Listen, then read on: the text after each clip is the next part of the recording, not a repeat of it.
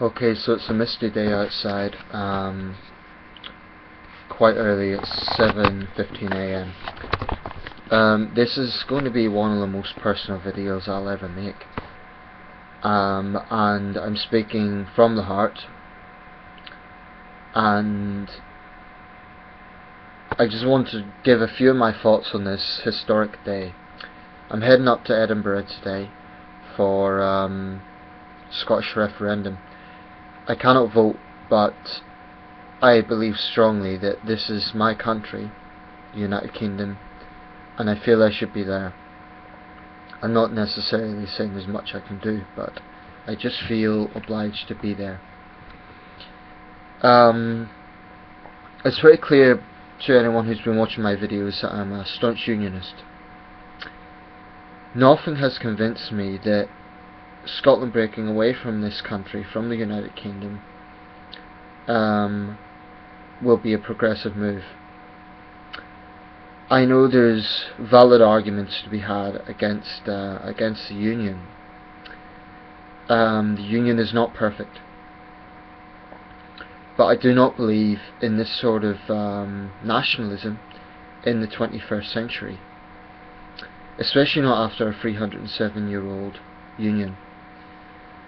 I know I've made a lot of videos on the subject, and occasionally maybe I've been guilty of, let's say, less than cordial language myself. So a few disclaimers to make. I don't believe that every yes voter is an extremist. I don't believe every yes voter is a racist. I don't believe every yes voter is a bad person. I have challenged and critiqued some of the more extreme elements of the Yes campaign, and I've got no regrets about that, because I'm simply reacting to what I've seen. I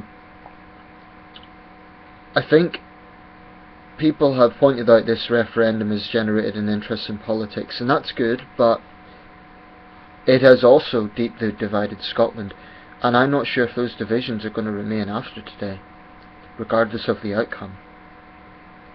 If they do remain, that's very unfortunate. I know in my life I've seen people in my life whose opinions have surprised me one way or the other. I don't intend to make a comprehensive video here about all the economic arguments for or against the Union, although a few practical points here and now. Practically speaking, and this is not scaremongering, it's just a practical point, for Scotland to start off again as a new nation, completely new nation, it will have to rejoin NATO, it will have to rejoin the EU, we will have to open embassies around the world. There will be very long and complicated negotiations over currency. All of these things, I believe, are going to put off investors. Now, I'm not an economist, but all the experts I have seen have warned against independence. Now, from what I've seen, the Yes campaign has just dismissed this as scaremongering, and they've said that the No campaign is overwhelmingly negative. I would strongly dispute that. I would say it's a No campaign that carry a positive message, because it's the No campaign that's talking about unity. It's a No campaign that's talking about shared togetherness. Now, we've had a difficulty from the start, because No, by essence, is a negative word as opposed to yes. But unity is a positive word as opposed to, in my view, narrow nationalism. Now, I know the Yes campaign says it's not about nationalism, it's not about that sort of thing, but the very core of this is really about nationalism, whatever way they gloss it over. If you're an undecided voter, I'm not going to bully or pressure you into voting either way. It's entirely your right. I do believe that it is unfortunate that people in England, Wales and Northern Ireland don't have a bigger say in this. I do think that's dubious, because whilst it is about Scotland, this will impact the rest of us. Some Scottish people are sort of the you, it's none of your business, but I would make the point this does impact the rest of us. It does. So from that point of view, surely it's only fair that we have some say. Whatever the outcome of today, I think there will be changes. So if you're someone who has voted no but feels there could be changes, I'd be optimistic. Whatever way we look at it, there is going to be changes. And I do think there's legitimate concerns about Westminster and the so-called elite at Westminster. There are legitimate concerns. But I have equally deep concerns about the direction that Scottish nationalism will take. You cannot end a 300-year-old union, 307-year-old union of England, Scotland, Wales and Northern Ireland and not, yeah, am I ready up, Mum? I'm making a video here. Yeah, Mum, I'll speak to you in a minute, okay? Okay, I'll be okay, speak to you later. Take care. Sorry about that, but I really didn't want to stop the video. Okay, so I'm going to really leave it there. I've got a little whiskey here. Let's call it good luck whiskey. Grants. I know it's early in the morning, but these are exceptional circumstances. It's going to be a long day. My train doesn't come back from Edinburgh until 9 o'clock, so it's going to be a long day. Go meet up with some people up there. I don't really know what to expect. I hope no idiots get carried away on either side and react the wrong way if they hear the result they don't want to hear. I hope beyond hope our UK stays together. England, Scotland, Northern Ireland and Wales are unique, but they're also blended together in a way that is also unique. I want to make a point here that the United Kingdom is a country as well.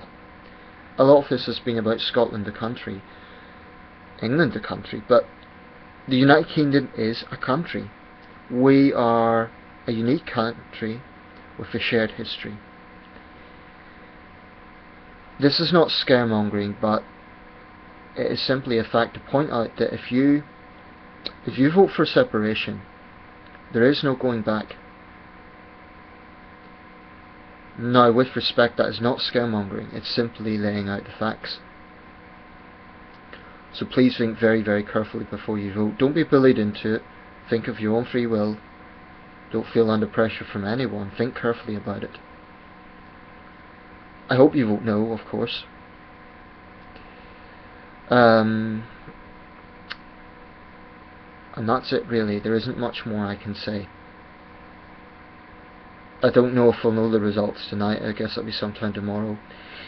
If it does go for yes, at the moment the no poll slightly leads, but if it does go for yes, I'll be absolutely devastated. But I'll accept that is the mandate of the Scottish people. And I hope the other side also accept that if it goes for no, I hope they accept that as the way it's went. But either way, both sides are going to have to reach out to each other, because this thing has really divided Scotland. And I would argue it's divided the United Kingdom, which is not a good thing.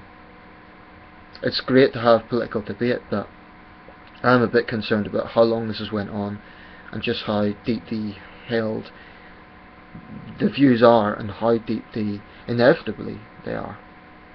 It's like I say, you can't end a 311-year-old union, 307-year-old union, without there being serious consequences. I'm relatively optimistic, but I'm nervous as well, I won't deny it. This isn't about David Cameron, it's not about the Conservatives, and I don't like the way the Nationals have spun that. It's really, really not about them, because they could be voted out next year. Governments come and go, but this is forever.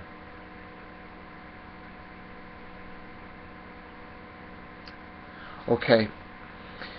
Thank you for watching. I really hope the next time I upload a video, I'll be able to say a positive outcome to all of this. This is a historic day for the United Kingdom, for Scotland, for everyone. Let's just hope the right decision is made. Thank you.